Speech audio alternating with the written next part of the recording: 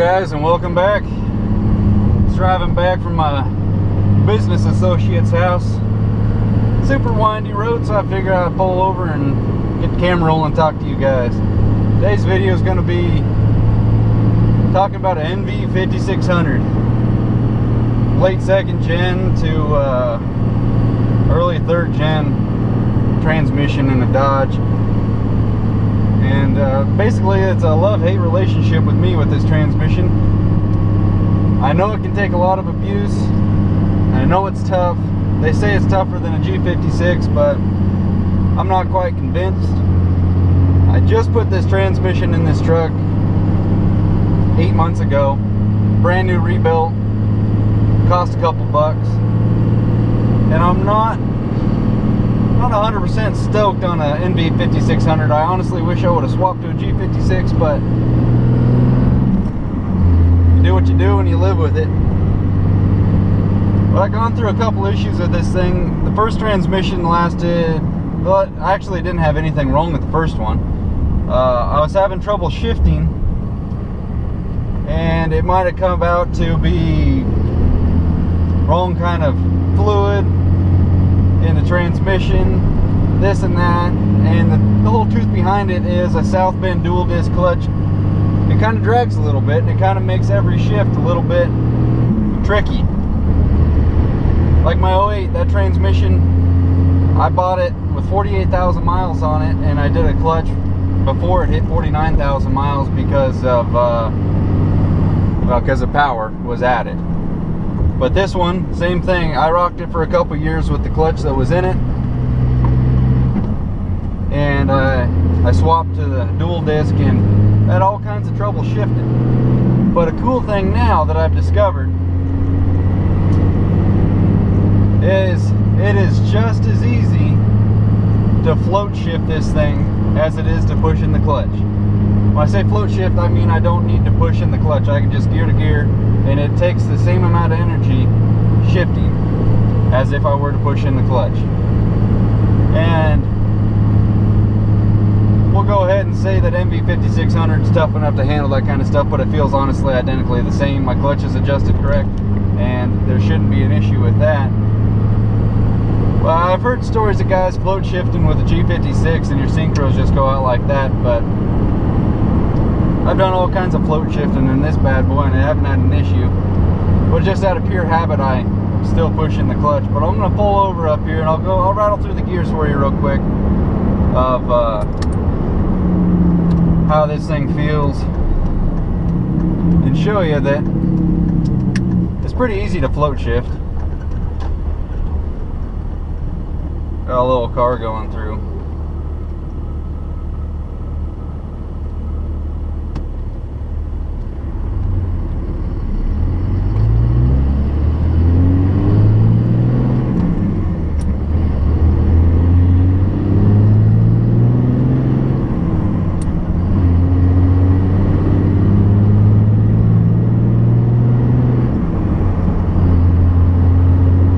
It feels exactly the same as if I were to push in the clutch and do it.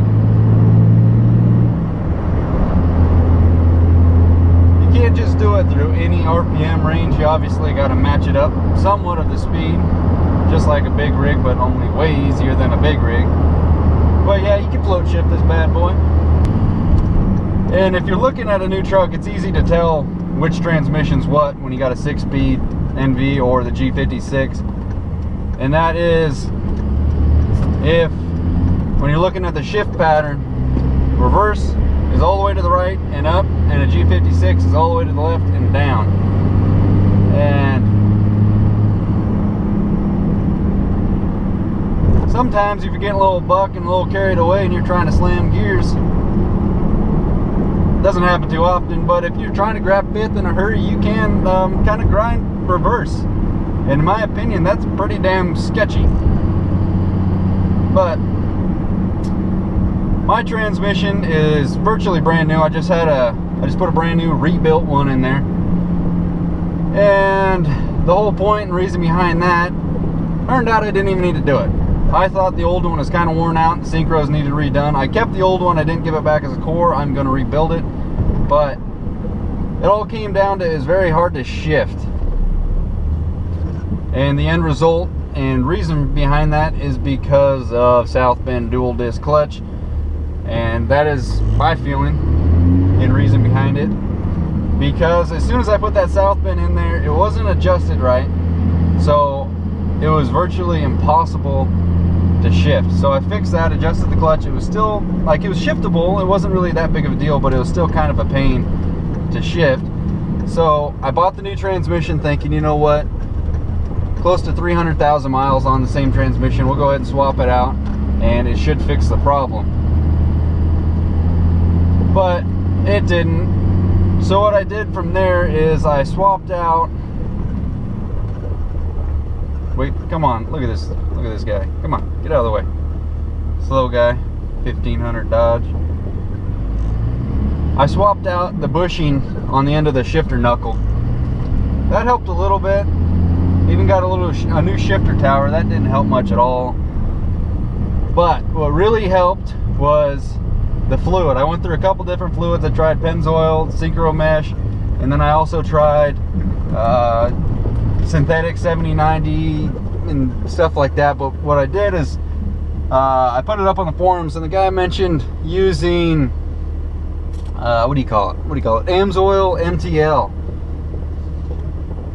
That has definitely been the biggest helper with shifting, because I don't do it so much now, but like if I was going into reverse, dead stop obviously, I would hit fifth first and then go to reverse just to align the transmission and get everything, I guess, in a spot that would allow me to shift. So I don't have to do that anymore, but I still, out of habit, I do, but it goes right into first or reverse. But it's still easier if I just hit,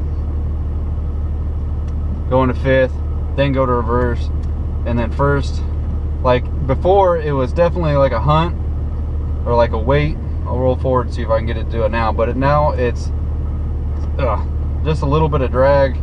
That dual disc, it's got an intermediate plate that just floats in there, so that thing, it's going to cause a little bit of resistance, and your clutch is gonna be dragging a little bit. And if you've never ran a dual disc, they're harder to push because you have to get upgraded hydraulics and such stuff like that.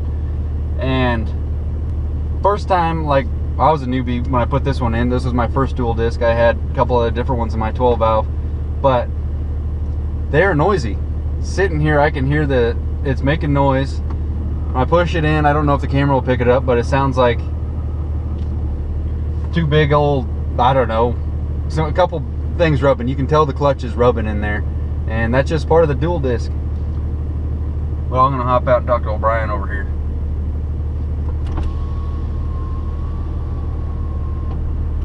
So we have lost daylight. Ended up talking with a neighbor way too long, and if you made it this far in this video, I appreciate you sticking through it. But I wanted to show you a couple of key areas that I messed up on, and things that I did to make that NV5600 transmission shift so much better when I swapped over to the dual disc. That is a shifter tower, goes on the top of your transmission. If you're unfamiliar, that goes into the little shifter mechanism inside the transmission, and that right there is the main culprit. This is the one that actually came out of the truck, and you see how wobbly and ragged out that thing is. That right there is worn out, and that is a big reason I had trouble shifting in my truck. So I went ahead and I just bought the whole shifter tower because it was more cost effective to get the whole thing rather than just that little, they want a lot for that little doodad on there. But I goofed, and this is a warning to you guys. If you're ordering one of these, make sure you get one that is for a 3rd gen truck, because you type in NV5600 for the shifter tower, there's 2 different generations that run that transmission. That actually fits the 2nd gen, and on a 3rd gen, it will hit the dash when you put it in 1st gear. The neck is bent the wrong way, so be warned when you do that. Make sure you order the correct one. So I went ahead and snatched that one out, put my original one back in, shipped that little grommet, and yeah, it shifts so much better now, but it wasn't quite there. Somebody recommended switching to Amsoil MTL. It's a full synthetic. Those two made that transmission shift the best it ever has since I swapped it over to a dual disc clutch. So those are my 2 pieces of advice. If your clutch has been swapped to a dual disc and you're having trouble shifting, obviously adjust the clutch. and then check those two things and make sure, definitely make sure that you're switching over to the AMTL, because that has been the best. Put an extra cord in it, that's what I did. Alright, before I end this though, I definitely have to say thank you guys. Thank you so much for all the comments and love that you shared with me over the weekend. That 5967 video definitely took this channel and bumped it up a little bit, and I love the momentum. You guys are awesome. There was so much positivity and stories shared in the comment section. I did not expect anything like that of a turnout. But out of the 150 comments, there was only one negative guy. I don't even care about him. I just block him, get him out of here. We wouldn't even need that. There was too much positive stuff coming through that I focused on that, and I appreciated it so much. If you reached out to me on Facebook or Instagram and said congrats and great videos, that was awesome too. Thanks for taking the time and showing your appreciation to me. That means a lot.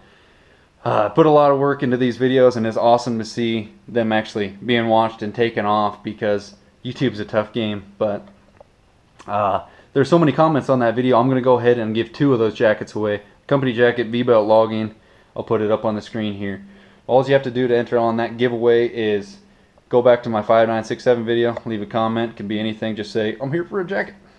And that enters you into it, and you have to subscribe. Once I hit 1,000 subscribers, I'm going to be giving away 2 of those jackets, and I will custom embroider the patch on the front with your name on it of your choosing, and just a little personal touch. So I just appreciate it, and I want to show some love back to you guys. But you guys just keep up the positivity. I'm going to do my best to keep cracking out good videos. If it's going to be truck, tractors, tree work, anything, I would like to deliver it. Somebody's hopefully going to learn from it and pick up some words of wisdom. I hope anyway. I don't know. I'm talking a lot sometimes, but thank you guys so much. I love all you guys. Keep it up. Let's get to 1,000 subscribers, and hopefully we can just keep going from there. But until next time, thank you guys. Subscribe, thumbs up on this video, and I'll see you next time. Alright, bye.